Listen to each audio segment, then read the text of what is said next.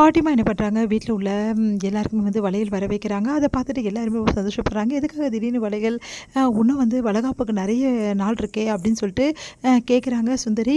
அதுவா, இந்த வளையல் வந்து அஞ்சலிக்காக கிடையாது, இங்கே இருக்காங்கல்ல 2 மருமகளுக்கு, அவளுங்களுக்காக, அபிக்கும் வந்து அணுக்காகவும் அப்படின்னு சொல்லி சொன்னோன்னே சுந்தரி செமையாக டென்ஷன் ஆகிறாங்க. இவளுக்கு போட்டால் ஒரு நியாயம் இருக்குது, அதை விட்டுட்டு அவங்க 2 பேருக்குன்னா இதில் என்ன இருக்குது, வந்து நோன்பு வந்து வருது, அதே மாதிரி வந்து நிறைய விசேஷங்கள்லாம் வருது, அதுக்கு கலர் கலராக வளையல் போட்டால் வீட்டில் ரொம்ப நல்லதுன்னு சொன்னாங்க, அதனால தான் வந்து மருமகளுக்கு வாங்கி கொடுக்கலான்னு முடிவு பண்ணேன் அப்படின்றாங்க. அப்புறம் உங்கள் இஷ்டம் அப்படின்ற மாதிரி சொல்கிறாங்க. சரி நீ எடுத்துக்க சுந்தரி, எனக்கு வேணாப்பா அப்படின்றாங்க. சரி ஓகே அப்படின்னா அபியானும் கூப்பிடுங்க அப்படின்னோடனே அபியானும் கூப்பிட்றாங்க.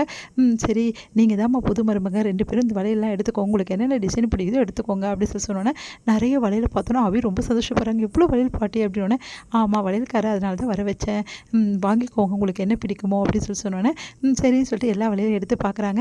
அப்போ ஒரு டிசைன் அவங்களுக்கு ரொம்ப பிடிச்சிருக்கு, இந்த டிசைன் எனக்கு ரொம்ப பிடிச்சிருக்கு அப்படின்னு சொல்லிட்டு கையில் வச்சுட்ருக்காங்க. அடுத்து அணுவும் பார்த்துட்ருக்காங்க. உடனே வந்து அஞ்சலிக்கு வந்து ஒரு யோசனை வருது. உடனே வந்து சரி ஒரு நிமிஷம் இருங்க அப்படின்னு சொல்லி சொன்னோன்னே ராகவையும் வந்து நம்ம ஆகாஷையும் கூப்பிட்றாங்க. ஆகாஷ் ராகவும் வராங்க. உடனே வந்து நீங்கள் 2 பேரும் வந்து அவங்கவுங்க ஒய்ஃபுக்கு வளையல் போட்டு விடணும் புரியுதா அப்படி சொல்லி சொல்கிறாங்க. உடனே வந்து ராகு வந்து நான்லாம் போட்டு விட முடியாது, எனக்கு அதெல்லாம் தெரியாதுன்றாரு. ஆனால் ஆகாஷ் வந்து நான் போட்டு விட்றேன் அணுக்கு அப்படின்றாரு. பார்த்தியா எப்படி அலைஞ்சிட்டு வரான்னு சொல்லிட்டு ராகு அமைதி எதுன்னு இருக்கா, ஏன்டா இப்படி பண்ணுறேன் அப்படின்னு சொல்லி சுந்தரி டென்ஷன் ஆகிறாங்க. உடனே வந்து அம்மா என்னம்மா இது, என் பொண்டாட்டிக்கு நான் போட்டு விடக்கூடாதா அப்படின்றாங்க. நீ வா ஆகாஷ் நீ போட்டு விடு, அதெல்லாம் ஒன்றும் இல்லை அப்படின்னு சொல்லிட்டு பாட்டி சொல்கிறாங்க. சரிங்க பாட்டின்னு சொல்லிட்டு வராங்க. என்ன ராகவ் நீ வரமாட்டியா, உனக்கு ஒரு வாட்டி சொல்லணுமா அப்படின்னோடனே உடனே யோசிக்கிறாரு. சரி சரி வர அதுவும் என்னோட அக்காக்காக தான், வேறு யாருக்கும் கிடையாது.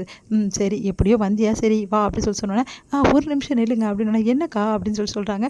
உடனே வந்து சரி இப்போ நீங்கள் போட்டு விட்ற வரையில் யார் மேலே அன்பு அதிகமாக இருக்குது யாருக்கிட்ட அப்படின்னு சொல்லிட்டு பார்க்க போகிறோம்.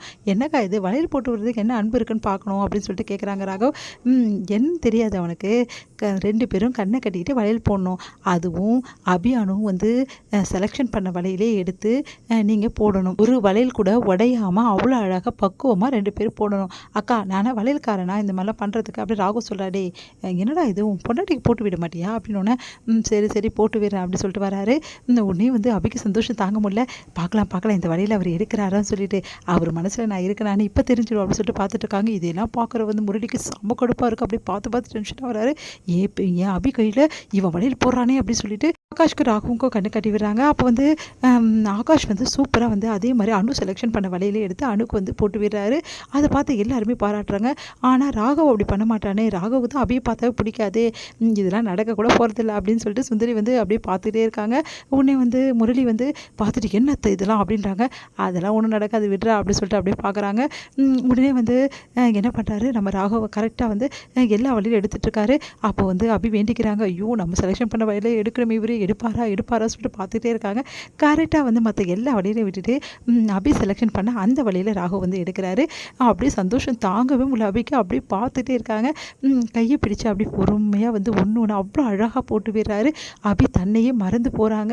அந்த அளவு வந்து 2 பேரும் அப்படியே வந்து கையை பிடிச்சோன்னே அபி வந்து ராகவ் வந்து கையை பிடிச்சோன்னே அபியோட கையை சந்தோஷம் தாங்க முடியல அபிக்கு. அப்படியே நிகழ்ச்சி அடைகிறாங்க. கை லூஸ் ஆகிடுது. அப்படியே வலையில் சட்டுன்னு போட்டுடுறாரு. உடனே வந்து ரொம்ப சந்தோஷப்படுறாங்க எல்லாருமே. கட்டு வந்து திறந்து பார்க்குறாரு. பார்த்தா அபி கையில் அவ்வளோ வலையிலையும் போட்டிருக்காரு. அதை பார்த்துட்டு ஒரு நிமிஷம் அவருக்கே புரியல, எப்படி ராகு அபிக்கிட்ட எப்போவுமே கோவமாக இருக்க நீயா இந்த மாதிரி வந்து அபிக்கு பிடிச்ச வலையில் அதுவும் வந்து கை நிறைய போட்டு விட்டுருக்க, என்னால் நம்பவே முடியலடா அப்படின்னோடனே என்னாலேயும் நம்ப முடியல அப்படின்னு சொல்லிட்டு அப்படியே வந்து அபி பார்க்குறாங்க.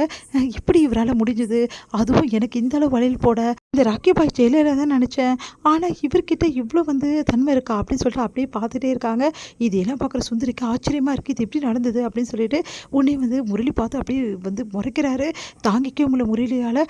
ஏன் அபி கையில் இந்த அளவு வந்து வலையில் போட்டிருக்கான், அதுவும் வந்து அவன் நினச்ச வலையிலே போட்டிருக்கான், இது எப்படி முடிஞ்சது, இவங்க 2 பேருக்குள்ளே வந்து கெமிஸ்ட்ரி ஒர்க் ஆச்சா, இவங்க 2 பேரும் வந்து வந்து மனசார விரும்ப ஆரம்பிச்சிட்டாங்களா, இதை விடக்கூடாது, இவங்க 2 பேரும் சேரவே கூடாது, அதுக்கு ஏதாவது திட்டம் போட்டுக்கிட்டே இருக்கணும், இந்த வளையல் சென்டிமெண்ட்டை வச்சு அபி வந்து ராகவை விரும்ப ஆரம்பிச்சிட்டா என்ன பண்ணுறது, இது நடக்கக்கூடாது அப்படின்னு சொல்லிட்டு அப்படியே பார்த்து முறைச்சிக்கிட்டே இருக்காரு.